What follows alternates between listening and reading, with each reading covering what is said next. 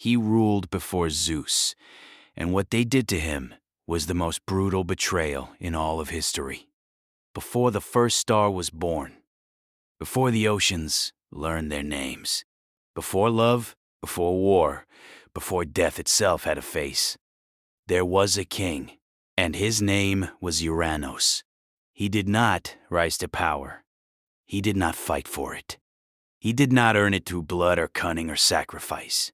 He simply was the sky itself, the infinite, the first sovereign of all things. And, for an age beyond counting, nothing challenged him. Nothing dared. But power without consequence creates monsters. And Ouranos, the first king of all gods, was about to learn the most brutal lesson the universe has ever taught. That the throne you refuse to share will be taken from you by the ones you love most. Part 1. The king who feared his own children. She came from the earth itself, Gaia, ancient, patient, eternal. Not a woman in any form you would recognize. Something older. Something that breathed continents into existence and exhaled the first oceans. And she loved Ouranos. In the beginning, that love was the most powerful force in existence. Two infinite beings, bound together at the edges of creation. The sky pressing down upon the earth reaching upward into the sky. From that union came children, 12 titans, beings of such raw, staggering power that the mountains shook when they laughed. 3 cyclops, each one a forge of divine fire, eyes that burned like collapsed suns. 3 hecatoncheires, creatures with 100 hands each, voices like the end of worlds. And when Ouranos looked upon them, he did not feel pride. He felt fear. This is the first truth about tyrants. They do not fear their enemies. They fear their heirs. Ouranos looked at his children and saw what they were. Beings that could surpass him. Beings that could replace him. Beings that carried in their blood the seed of his own ending. So he made a decision that would echo through every generation of gods and men until the last day of everything. He pushed them back into the earth, back into their mother's body, back into the darkness, the crushing weight, the suffocating silence, imprisoned before they could draw their first free breath. Gaia screamed, not with sound, with earthquakes, with volcanic eruptions that tore the young world apart, with tsunamis that swallowed coastlines that had not yet learned their shapes. She begged him. She pleaded with the sky that had once been her lover, her equal, her home. Ouranos did not answer. Because a king who has chosen fear over love has already lost everything. He simply doesn't know it yet. Part 2. The woman who became a weapon. Gaia did not cry for long. The ancient ones never do.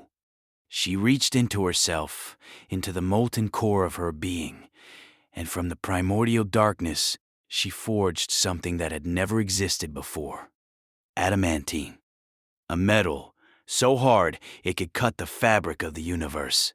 A metal that had never known mercy, because mercy had never been built into it. She shaped it into a sickle. Long, curved, impossibly sharp. And then she waited, because Gaia understood something that Ouranos, in all his infinite arrogance, had forgotten. Patience is not weakness. Patience is a blade that never stops sharpening. She called to her children in the darkness, through the stone and the fire and the crushing weight of the world above them. Her voice reached them like the first sound they had ever heard. Who among you is brave enough to end this? Silence. The Titans were powerful, but they were not free. And power without freedom is just suffering with better posture, she asked again. And from the deepest part of the darkness, a voice answered, young, cold, absolute. I will do it, Mother. His name was Kronos. the youngest of the Titans, the one Ouranos had pushed deepest into the abyss, the one who had spent eternity in the dark, not screaming like his brothers, but thinking, plotting, becoming. Gaia pressed the sickle through the earth into his waiting hands, and in that moment, the first dynasty of the universe ended. It simply hadn't happened yet. Part 3. The night the sky bled. You must understand what Ouranos still believed. He believed he was untouchable. He believed his children were defeated. He believed that because nothing had challenged him yet, nothing ever could. This is the second truth about tyrants. They always mistake silence for surrender. That night, if night meant anything before the sun existed, Ouranos descended to Gaia, as he always did, as he had always done, the sky pressing down upon the earth, infinite, eternal, inevitable. He did not see Kronos waiting in the darkness. He did not feel the sickle until it was already moving. What happened next is described in the ancient texts with a strange, terrible beauty. The wound Kronos dealt was not meant to kill. It was meant to unmake, to strip Ouranos of the very thing that made him king, to take from him the power he had used to create and imprison. Ouranos screamed. For the first time in existence, the sky itself knew pain. His blood fell into the sea, and where it touched the water, impossible things were born.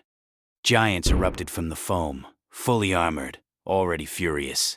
The Erinyes, the Furies, rose from the waves with serpents in their hair and vengeance already burning in their eyes. And, from the sea foam, carried on the waves, the most impossible birth of all. A woman more beautiful than anything the universe had yet produced. Skin like dawn, eyes like the horizon before the world decides what color to be. She stepped onto the shore of Cyprus, and the earth itself exhaled. Aphrodite, born from the wound of a fallen king. Love, born from violence.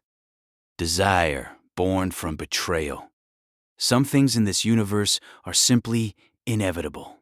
Ouranos, bleeding, diminished, stripped of his power, looked down at the son who had destroyed him, and he cursed him, not with fury, with certainty. "What you have done to me," he said, his voice the last thunder of a dying storm, "your children will do to you." Kronos smiled. He had just inherited the universe. He had plenty of time to worry about children later. He was wrong. Part 4. The Golden Age with Rotten Roots. Kronos took the throne, and the universe, exhausted from the violence of its own birth, exhaled. What followed was called the Golden Age, not because everything was perfect, but because, compared to what came before and what would come after, it glittered. The Titans spread across creation, each claiming dominion over something fundamental. Oceanus wrapped himself around the edges of the world and became the first ocean. Hyperion became the light that would one day father the sun, moon, and dawn. Themis became law itself, not rules written by kings, but the deep grammar of how things must be. Mnemosyne became memory, and in doing so, became perhaps the most powerful of them all, because without memory, nothing that happened would matter. And Kronos? Kronos ruled them all. He took a queen, Rhea, his own sister, as the Titans understood kinship in ways that had no human equivalent. She was the Earth Mother, the great flow, the pulse beneath all things. She was magnificent, and she loved him in the beginning. Part 5. The Hunger of a Paranoid God. The child was Hestia. She arrived in a blaze of warmth, the goddess of hearth and home, the oldest and most gentle of the Olympians. She reached for her father with small, perfect hands. Kronos looked at her and swallowed her whole. Rhea screamed. The same way Gaia had screamed, a generation before. History was repeating itself with the precision of a curse that knows exactly what it's doing.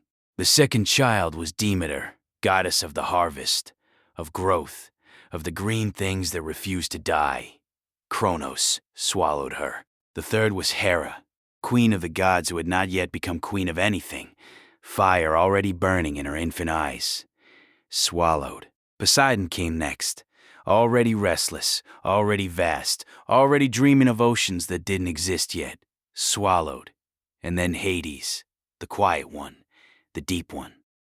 5 children, 5 gods of infinite potential. 5 flames swallowed by the darkness of a king who could not stop being afraid.